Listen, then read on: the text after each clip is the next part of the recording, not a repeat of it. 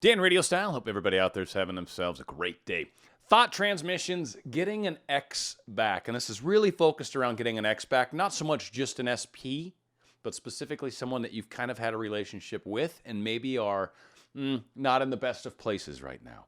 This video is really around that, and it's also going to tie into something else that I've been talking a lot about. So really, for anybody that's watching that maybe isn't going through an X situation, you might like this because there's going to be some very valuable points that are brought together in one video. But the other component that we're going to talk about and tie together is the mental diet or mental talking, or the way we have conversations in our mind, or what I've been talking about is aligning in our subconscious and conscious. All of these things play together in a very interesting way, especially in the standpoint of getting an X back. If you haven't had a chance to subscribe, please do so. Click the little subscribe, and you can do the little bell notification to make sure you're alerted whenever I do new content. I do something every single day. And on top of that, if you could, please like this video if you enjoy it. That would be very helpful. One thing I kind of want to bring up as an example, and I don't know if a lot of us, I think most of us have probably had this experience, where we've maybe gotten in an argument with someone close to us. Maybe it was a family member, maybe it was a best friend. Well, during that argument phase, you might have gone through a whole lot of stuff, maybe not talking to each other, maybe you got angry and slammed doors, but ultimately, there was always a couple things that you sort of understood. One, I love this person. Now, if they're family, it's especially easy to know that. I love my dad, even though I hate him right now, right? But I still ultimately love them. That wasn't something that was necessarily ever questioned. And you also understand that there's a way to get through this. You know that you're going to get back together. You and your dad are going to get back together, unless, of course, there's examples where maybe a parent's been horrible your whole life, or they kept messing up. I mean, let's just go with the standard nuclear family, boom, right? Like the 80%, just to kind of use the analogy, if you will. But you know you're going to get back together. It's one of these things you don't question. You don't have all this angst in your mind about whether or not it's going to work out, whether or not me and dad are going to be fine again. Now, granted, you might have been nervous, before dad got home. Oh my God, he's going to kill me, right? Like, of course, you've got all that angst. But once it ultimately happened, once the punishment was issued, whatever, once the I hate you happened, you ultimately knew that things were going to eventually work out. Well, I want you to kind of keep this in mind with relationships and getting your ex back, because that's one of the things that I've actually found seems to be a bit different. Now, for those of you that are coming at it from a standpoint of, yeah, I know we're going to get back together. I really don't doubt that. You are in the category of people that just keep doing what you're doing. I'm pretty sure you're solid. This is still probably going to be helpful for you because of some things that may pop up here and there. But ultimately, it comes down to the fact that I think a lot of us have questions about the belief of whether or not we can get back together, or that our expectation of us getting back together is not good, but our desire to get back together is very strong. So it's one of the problems that we tend to have is we doubt whether or not this can happen. And this doubt can show up in a lot of ways, but one of the things, just to start tying in the whole idea of thought transmissions, but when I'm thinking about someone and I'm trying to like them, and then I'm going through an array of emotions, say, around doubt, so fear, anger, loss, hate, like there's a lot of different kinds of negative emotions that tend to go around those doubt cycles, tend to go around the lack of belief. They don't like us. They don't think we're good enough. I might think poorly of myself. I'm not good enough. They'll never forgive me. Whatever the thoughts are that start to pop into your head, and again, we're tying thoughts into this, right? So I'm just, try to go with me. So these different thoughts will pop into our head as we struggle with whether or not we can get back together. What happens is you're thinking of that individual. They're on your mind.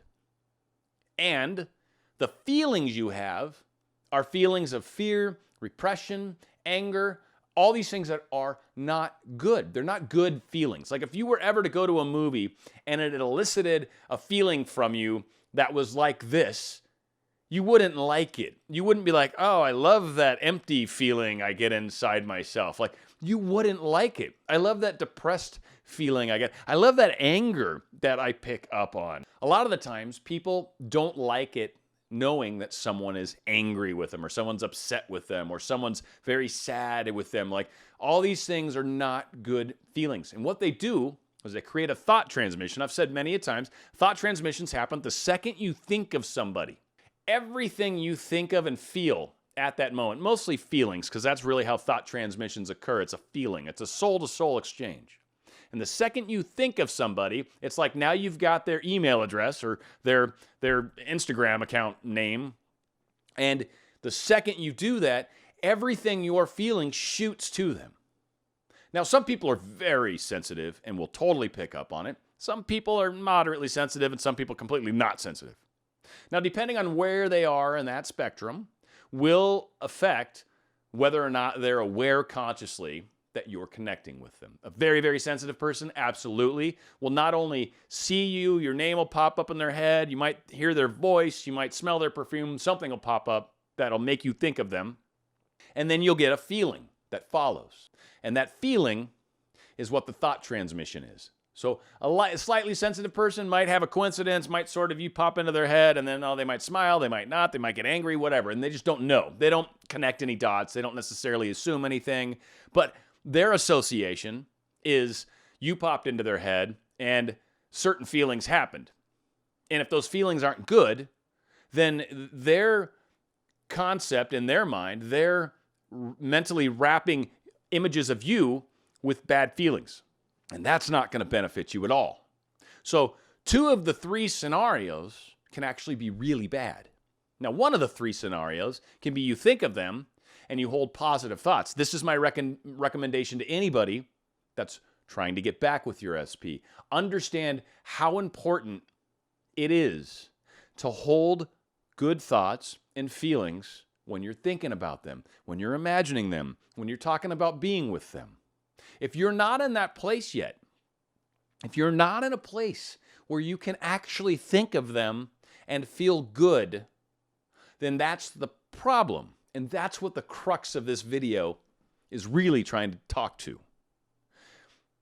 There are a lot of things that start to happen inside of us when we're not happy with the situation, when we're not satisfied with what's going on, when the relationship that we have, either with our boss or with our friends or our specific person, when these relationships aren't going how we want, it tends to create some drama in our life. And when drama happens in our life, we start having little mental conversations inside our head. Sometimes maybe we're thinking about what the fight was in the past, so we're reliving this moment in the past.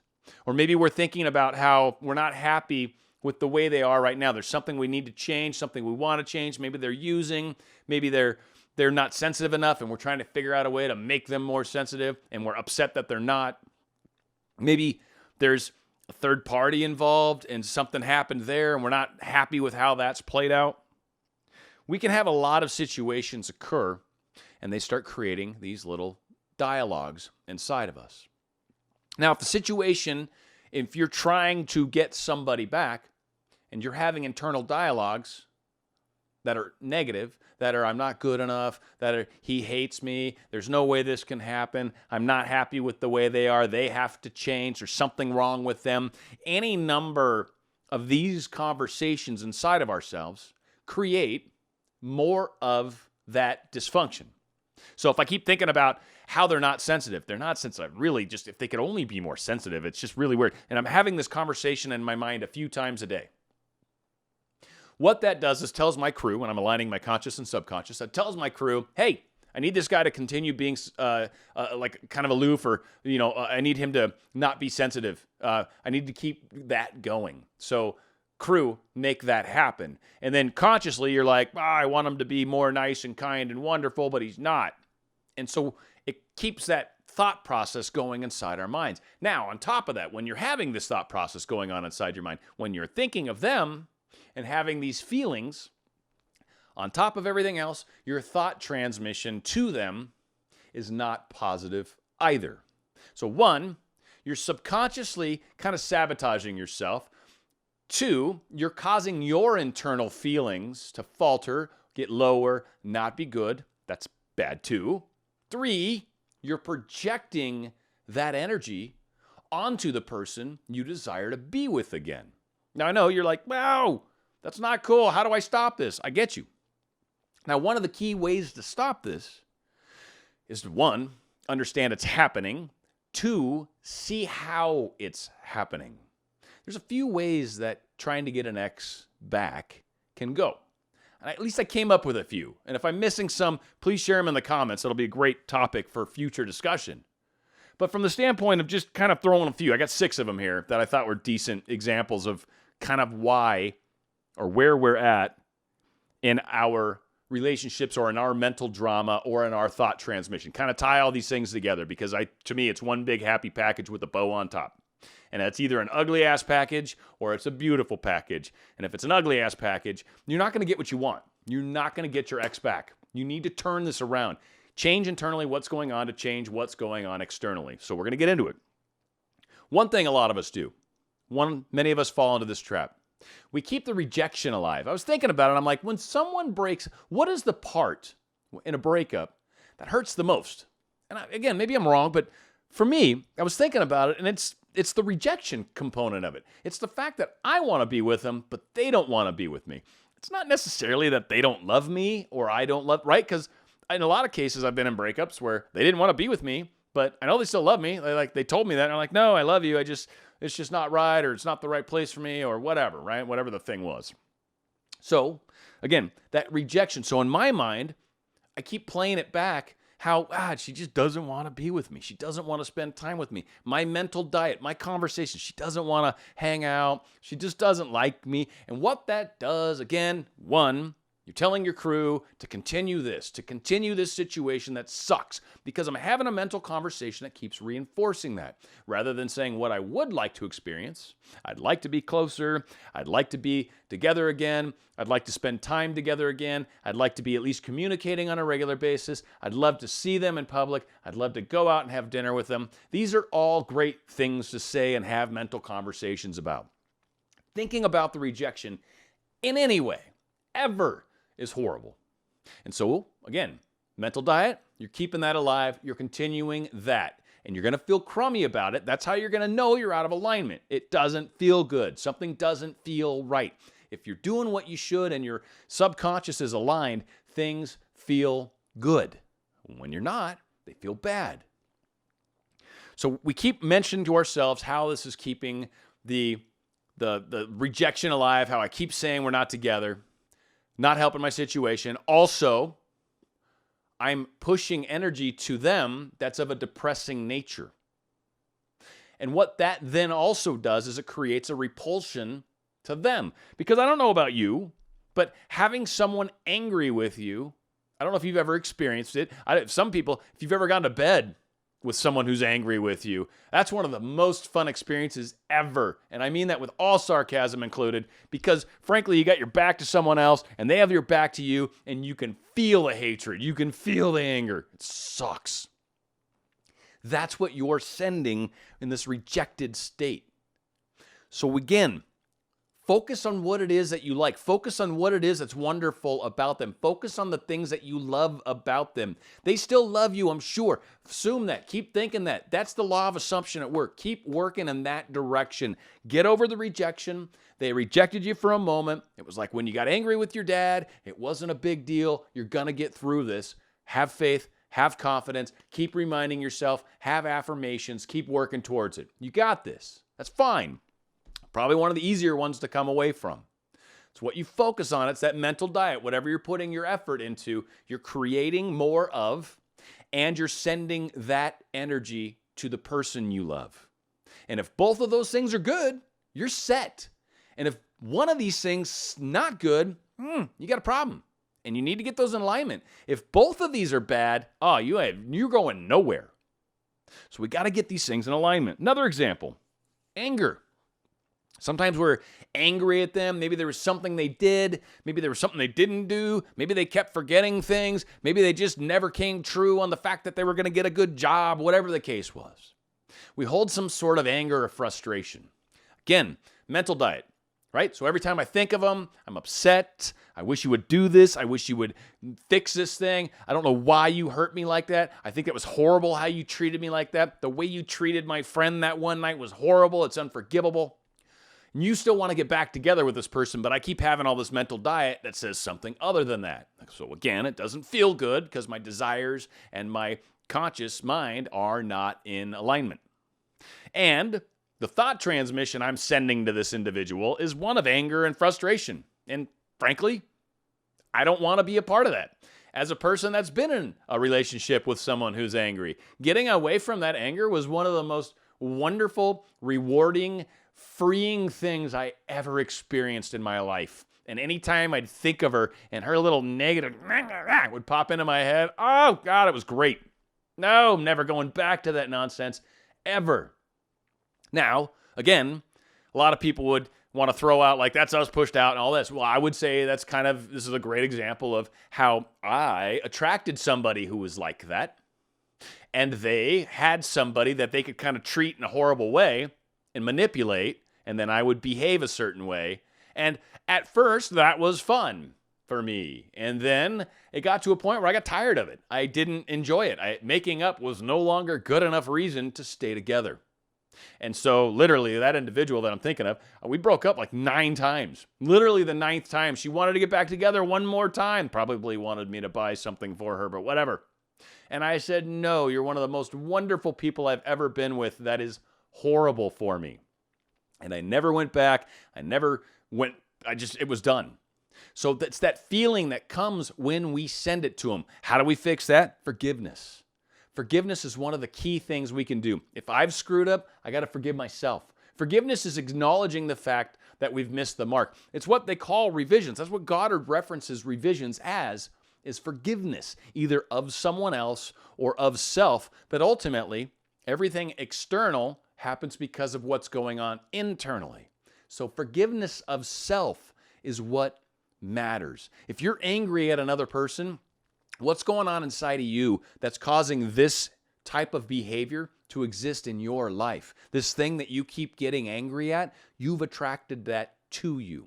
Soul search. What's going on inside of me? Or am I just a difficult person that's going to be angry no matter what? In which case, I need to maybe get some anger management. Maybe I need to learn to deal with my temper a little better. Maybe I need to learn to meditate once in a while just to be able to stay chill. Maybe I need to get a prescription to something that helps me out. Whatever the case is, and again, I'm not fond of using chemicals to get ourselves there, but the point being made that the problem lies within yourself.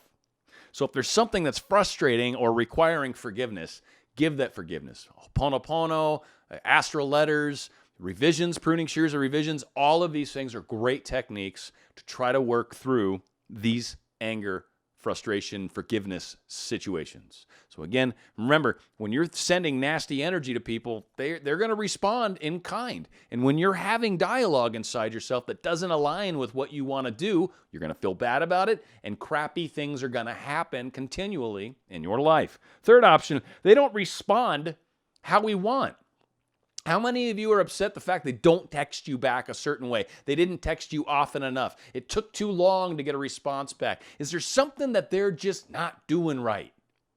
Think about how that feels. I don't know if you've ever been in a situation, I have, where I've been not good enough for an individual, where I was constantly criticized that everything I did wasn't good enough. I've had bosses like this. I've had relationships like this. And the boss, in their case, they felt like that was their job, that they weren't being a manager unless they were constantly pointing out everything wrong I was doing, or at least constantly finding something that they could coach me on. Problem is, you start to run into a little bit of a problem where you never get positive reinforcement. So you tend not to enjoy working there. And again, us pushed out, I was attracted to the place. Rather than trying to change my boss, I got a better job, got a big raise, bye-bye, toodles. And that's how that played out. In the case of relationships, kind of a different story. Sometimes when people get upset with the way you respond, it starts to create kind of an interesting dynamic where you don't like how I am. You don't like the way I behave. Now, again, I've been wrong before where I needed to open and operate like at a different level, pay better attention, maybe not be so aloof or whatever, right? Just like, really trying to listen to somebody, take the time and the effort to listen rather than instantly try to solve the problem. One of the greatest mistakes that men do is we hear you, we don't keep listening, we just want to fix the problem because we don't necessarily want what's going to be a 15-minute conversation that probably could have been resolved in 2 minutes. So a lot of us men try to figure out a way to make it a 2-minute conversation. Men, this is where your mistake is. You need to turn it into a 15-minute conversation and listen and let them. Now, again, on the other side of this, to assume that somebody should just listen to your diatribe as long as you want, well, that's not necessarily a good balance either. And I do believe that the happiness really is in the middle. There's that understanding that maybe I don't necessarily need to spend 30 minutes hearing about how you're upset with Betty at work, right? And that's why you're mad at me, because I don't listen to you every day. You keep going, well, are you listening? And I'm like, what, huh? No, because you're just yammering on. But at the same time, there's a place where we got to meet them and listen. So again, it's that same kind of concept. Are we not behaving the way someone else decides? One of the ways I've fixed that in the past is I've changed my expectations. A lot of the times I've set the bar at a level and people have to follow that. If they don't do this, if they don't come in at this level, if they don't treat me this way, if they don't respond fast enough, if they don't tell me things are great, if they don't notice my haircut, if they didn't notice my pretty lipstick, if they don't figure it out, then I hold it against them. And what that does, that's a relationship killer. And what that also does is it tells the person, yeah, you're not good enough. As is, not good enough. I don't like you the way you are. So I change that. I decide, one, either A, I love them so much I accept this. B, I decide whatever it is that's happening, I don't care. Good example for me, had a relationship with someone, it drove me insane with the toothpaste cap, right? Because if you leave a cap off the toothpaste for any length of time, it dries, you get a little crusty thing, and then pretty much it's really hard to get toothpaste out. You kind of got to like pop it out, and then you shoot half a tube of toothpaste onto the counter because you were trying to wedge out that freaking clog, right? And in your mind, you're like, it just takes a second to wrap your own cap on there. Well, what I did is I actually stopped caring about the cap and just said, whatever, toothpaste is toothpaste. Like, if it really bothers me, I can buy a separate tube. But I actually did that once and she just used it again. So I said, all right, that didn't work. So I just said, basically, all right, screw it. I don't care. It doesn't bother me. Honey, leave the cap off as often as you want. I don't care anymore. It doesn't matter. I'll deal with it however it is, but it really doesn't matter. It's not that big a deal. There's way other awesome things that we can talk about. And this is frustrating me, and it's not benefiting me. And literally, by getting rid of the thing that bothered me, and it is annoying for all of you, like, yeah, but Dan, and I'm like, it's annoying to have the toothpaste cap off. I don't care who you are. Letting it go, I felt better about it. And you know what the funny thing was? She stopped doing it.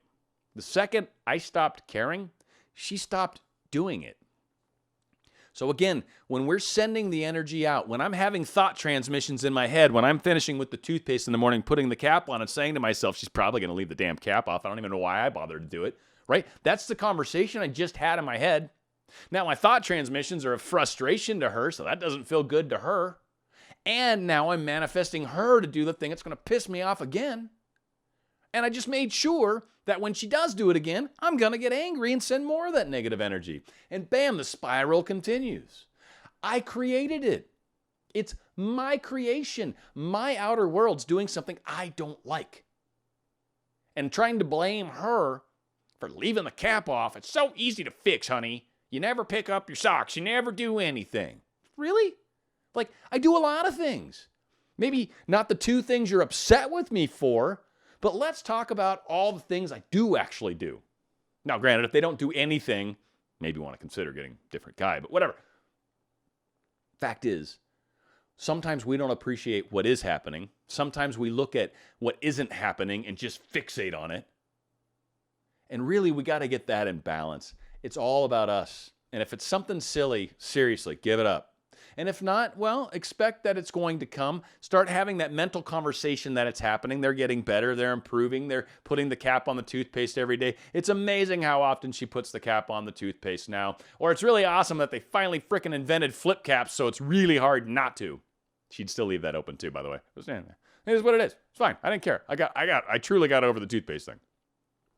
That being said, it's one of the things we got to work through. Insults and fighting. This is a really good one. This is one where a lot of us are actually the aggressor. And we want to get back somebody that we've possibly been somewhat abusive to. And that's kind of a challenging situation to be in. One, you can do all the techniques you want, but when you think of them, if you're thinking insults, like you were horrible, you did mean things, I'm mad at you, so I keep thinking mean, horrible thoughts about you. The last 2 times we've had discussions, you did something that upset me 3 weeks ago, but now every chance I get, I'll make fun of your manhood, I'll make fun of your manliness, I'll try to somehow degrade you, or I'll tell you you're fat, or whatever the thing is that your little button is. And I do it because I'm mad at you, And it really has nothing to do with why I'm mad at you that I'm doing this, but more just the fact that you upset me. You still haven't really resolved that. So I'm going to torment you without any sort of knowledge of why. Passive aggressive is even more fun because then it's like, why are you weirdly angry at me? This is so strange. Like, so one of the problems that happens when we're the insult or when we're the problem is we blame the person outside of ourselves. We assume they've done something wrong and thusly we're justified in everything we're doing. Now, what happens is we play back, all right, let's do the mind game part first. Play back all the things in our head, all the things we're angry about them with. We keep thinking about how they did this thing wrong, how they keep doing this thing wrong. They never contact us back. I think they're maybe cheating us. Like, we just have all these thoughts that just continue to feed this anger and aggression and whatever. Like, oh, someone's going to flirt with her, so I better be really super protective, or I better not let her go out because someone might look at her. And it's just crazy thoughts that we'll have within inside ourselves. And so we try to control something. Well, the tighter you squeeze, the more that slips through your finger. Obviously, having all these bad mental thoughts just continues, as I've said before, continues manifesting more of the strange behavior. And now your actual energy towards them is of anger, rage, all these sorts of very, very harsh feelings. Very harsh feelings, like feelings that can get into violence in some cases with people. And these are horrible feelings. Now, again, us pushed out component of this, the other person, they attracted you initially, and maybe right now they finally got the strength to walk away from somebody. They got the strength to finally love themselves enough to not tolerate that kind of behavior. Now, I will say this, in a lot of cases, especially if they've hung in there through a lot of your episodes, then they probably very much love you. So the easy way, and truly the easy way to work through this is to truly start to work on your anger. What's going on inside of you? It's 100% you. You either A, want to control situations too much. You either want people, they have to behave a certain way. All these different kinds of things make it very hard to love you. You've got rules in place. You've got things I got to do, certain ways I've got to behave. And if I don't do it, there's a penalty. That's not living. Learning that love is something greater than that, that truly love is freedom. Love is allowing someone to express themselves and then you enjoying that expression. You enjoying the fact that we are together. You enjoying that you and I are simpatico. We're friends. We're hanging. We're together. We're in on this. We're moving together through all this. Rather than trying to micromanage how everybody's supposed to behave, how they should act, how they should feel. Let that go. Let them worry about them. Let us worry about what we can affect, which is, how do I feel about what they're doing? How do I think of what they're doing? Why do I feel so compelled to tell them what they should do? Letting go of these things, realizing, working on it. Like I was just about to say, you should do, you'd be like, whoa, sorry, honey, I'm working on it. You know I am. I stopped. You can do whatever you'd like. Follow up with the right thing. Work on it. Make an effort. It is probably a habit for you. And in a lot of cases, you're probably just very used to just off the top, right? Got to catch yourself. Got to stop it. Bad behaviors take about 30 days to fix. Bad habits take about 30 days to turn into good habits. You've got to do something different. Keep doing it for 30 days. It becomes almost annoying, and then it's habitual. Then you do it without trying. So make the effort, become a better person, learn from your mistakes, realize again, this is you. All of these situations are us. It's us reflecting out on the world. It's us attracting these experiences to us. It's us having the conversations in our mind. It's us sending energy to people. When we get over all this angry and angst and start sending a better feeling, it's a much more attractive experience. And as I said, they cared a lot about you. They probably would love to see you change.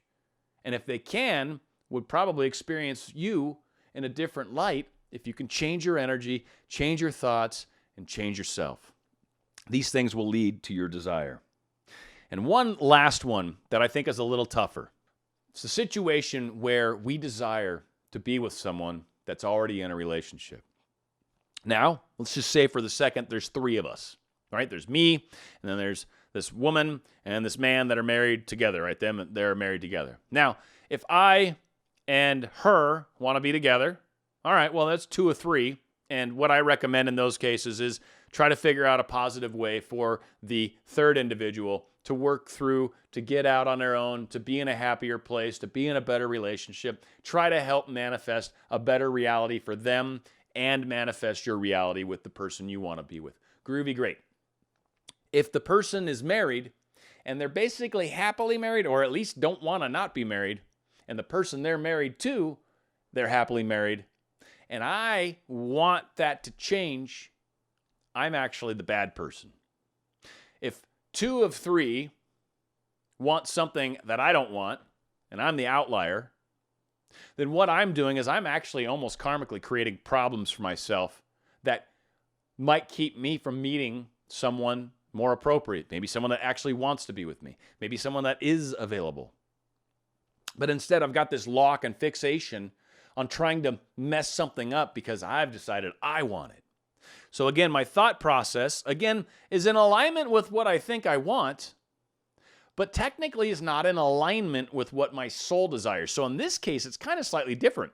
Your consciousness is in alignment. You're telling your crew what you want them to do, but your crew's like, man, all right, we know we shouldn't because we're about to run into the ground, but all right, we don't feel right about this, but we will do what you say.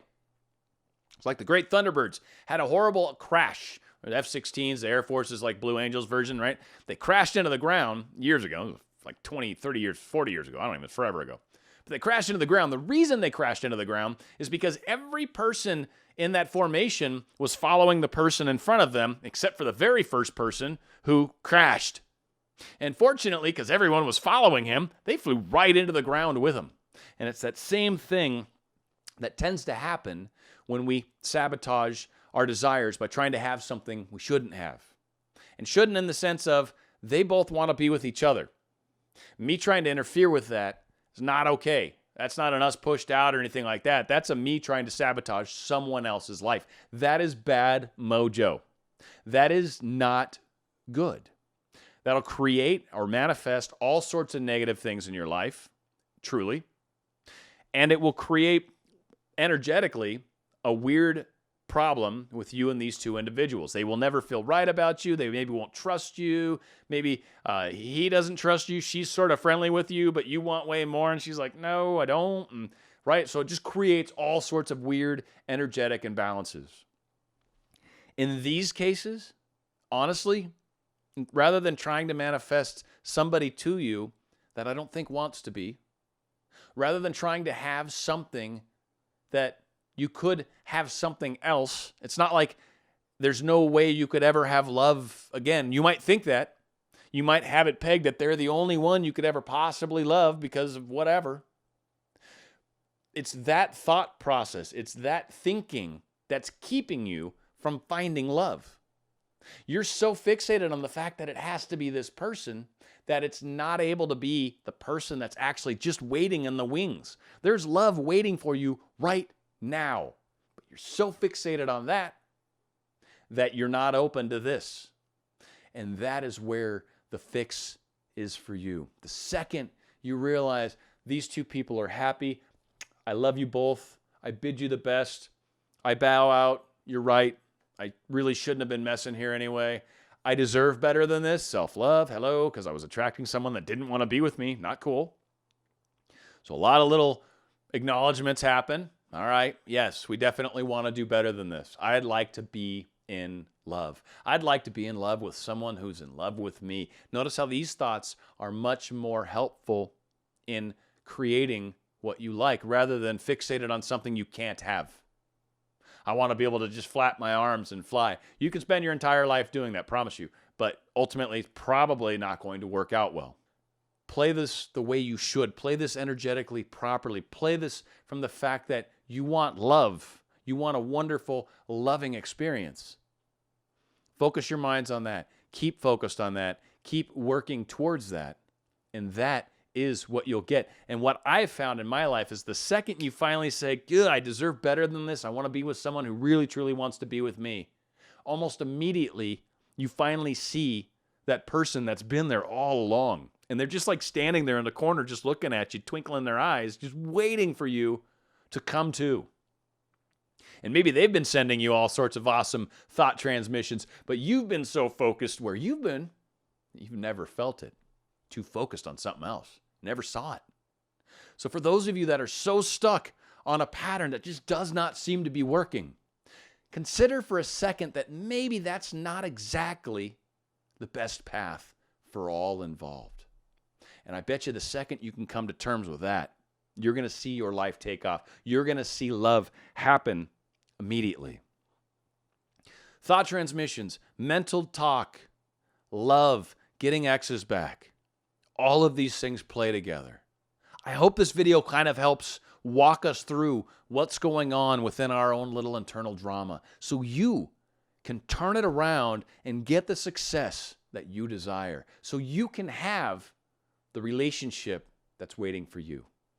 It's Dan RadioStyle.